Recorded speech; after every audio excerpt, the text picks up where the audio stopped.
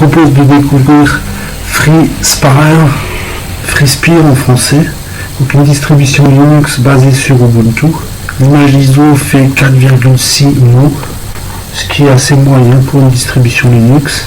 Un noyau 6.8, tout comme Linux Mint, sachant que le noyau le plus récent est 6.13, généralement réservé pour des distributions à construire.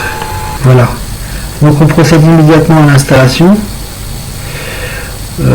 Installation, c'est l'ancien installateur d'Ubuntu, donc il fonctionne très très bien, rapide. Voilà. Simplement n'oubliez pas à la fin de sortir le DVD ou de retirer votre clé USB afin de pouvoir redémarrer le système sur votre PC ou sur une machine virtuelle comme vous le souhaitez.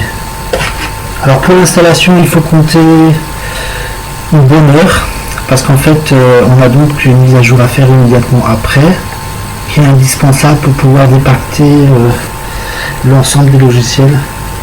Donc après l'installation, on arrive sur notre bureau. Alors jusqu'à présent on avait un bureau XFCE et la dernière version normalement on a un bureau GNOME.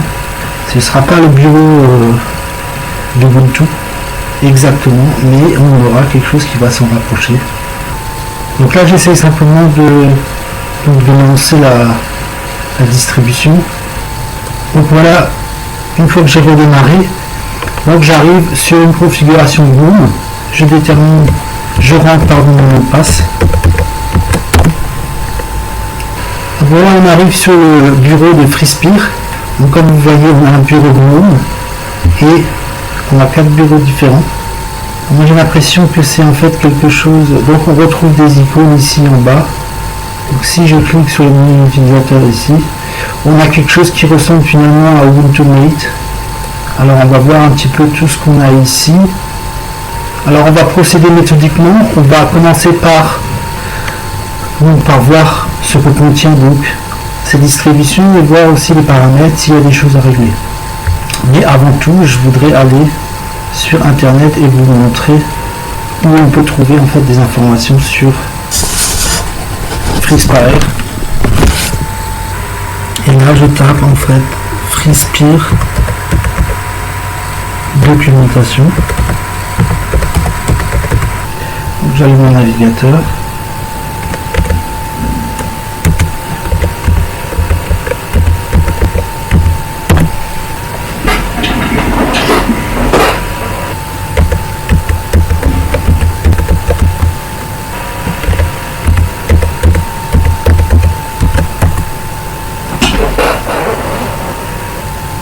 Donc je clique sur l'icône ici, terminal.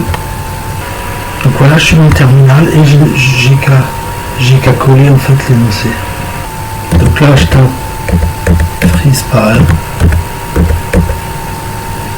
documentation et je m'aperçois en fait que j'ai encore un clavier américain. Pourtant dans l'installation j'ai un clavier américain. Alors le M c'est le point d'interrogation, le A c'est le Q, documentation, voilà. Donc je tape FreeSpire documentation, je vais y arriver.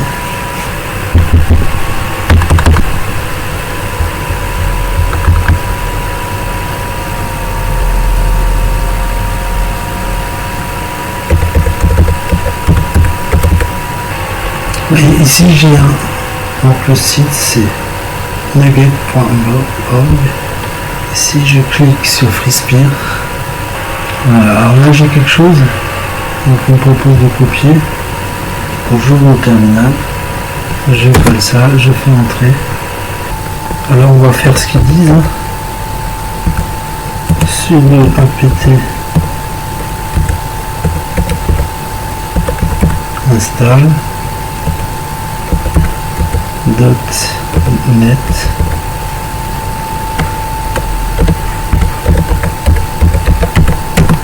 Host, ça c'est note. Donc là je coche, on verra bien. Là aussi je coche, on verra bien ce que ça va donner. Ok, pour moi c'est bon. Les utilitaires sont assez nombreux. Alors, on va commencer par jeter un coup d'œil dans les paramètres. Voilà, donc on retrouve des paramètres semblables à... Le réseau, c'est pour la Wi-Fi, simplement vous cochez ou vous décochez. Hein. Mais il y a juste un bouton ici. Là, apparemment, je vais quand même changer un petit peu. Donc, je suis déjà en mode son, ça c'est bien. Les icônes du bio, je vais mettre le dossier personnel, j'ai pas besoin de l'afficher. De toute façon, je le retrouve ici. Le plus important, c'est peut-être ça, énergie. Écran noir jamais, très bien. Mise en veille désactivée. Donc les réglages par défaut sont bien. Vous n'allez pas avoir de difficultés, ça ne va pas s'éteindre tout d'un coup au niveau des écrans. Donc ça c'est bon. On va changer, on va mettre celui-là. Voilà.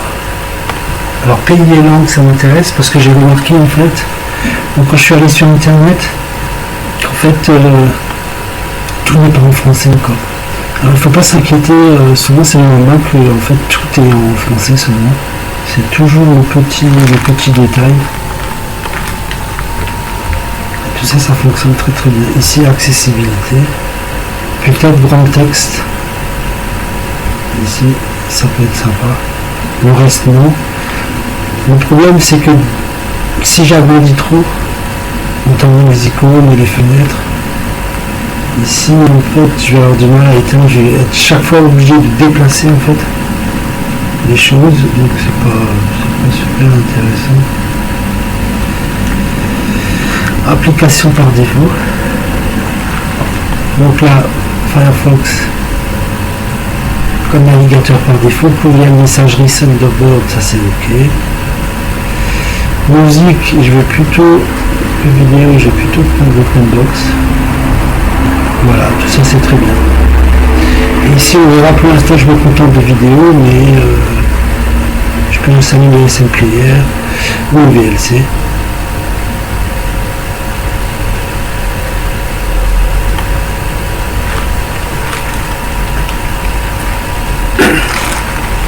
Donc on a bien une version de volume 42 alors qu'on est au 47. C'est pas super. Mémoire, donc on a du X11. Alors plutôt qu'aller sur internet chercher des documentations sur des sites non officiels, je préfère aller dans Aide. Il n'y a pas grand chose à signaler ici. Ouais, ok. Donc ils nous donnent des informations sur les logiciels, c'est tout.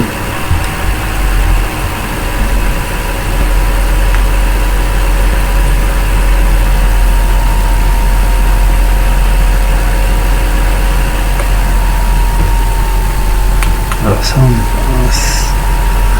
partie corps moyenne. D'accord, donc ça c'est aussi un terminal.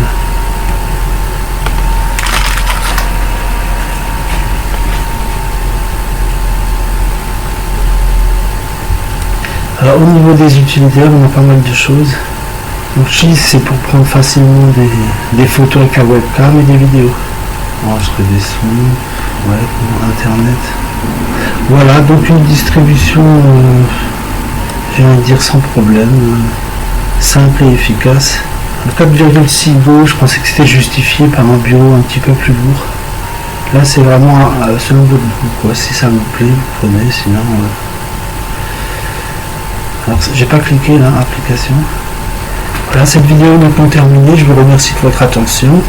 Je vous dis à très bientôt, au revoir.